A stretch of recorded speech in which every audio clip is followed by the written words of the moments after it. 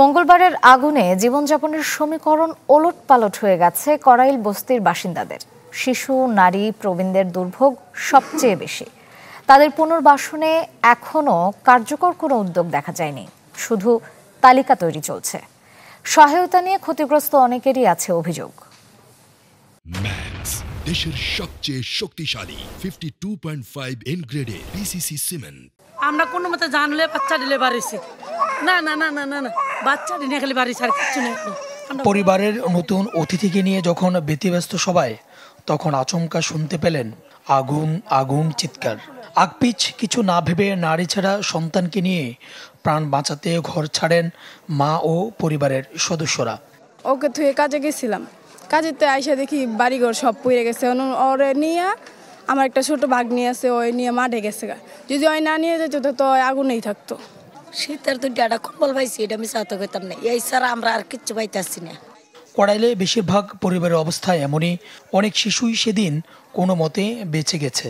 সমাজ কল্যাণ মন্ত্রণালয় এসব শিশুদের তালিকা করছে, কিন্তু শুধু এই তালিকা পর্যন্তই। কবে কী ধরনের সহায়তা আসবে তা জানেন না খোদ তালিকা তৈরির কর্মীরাও। আমাদের প্রাথমিকভাবে একটা লিস্ট করতে বলছে, এটা খুবই শর্ট টাইমের মধ্যে তারা ডিক্লেয়ার করবে, হয়তোবা ওই দিন আজকে অথবা কালকের মধ্যে যে কোনো একটা কিছু। কিন্তু এখন পর্যন্ত আমাদেরকে বলা হয় নাই, বলা হয়েছে যে আপনারা একটা তালিকা। মাথা গোজার ঠাঁই হারিয়ে পুরুষদের অনেকে আশ্রয় নিয়েছেন মসজিদে। নারীদের দুর্ভোগ বেশি।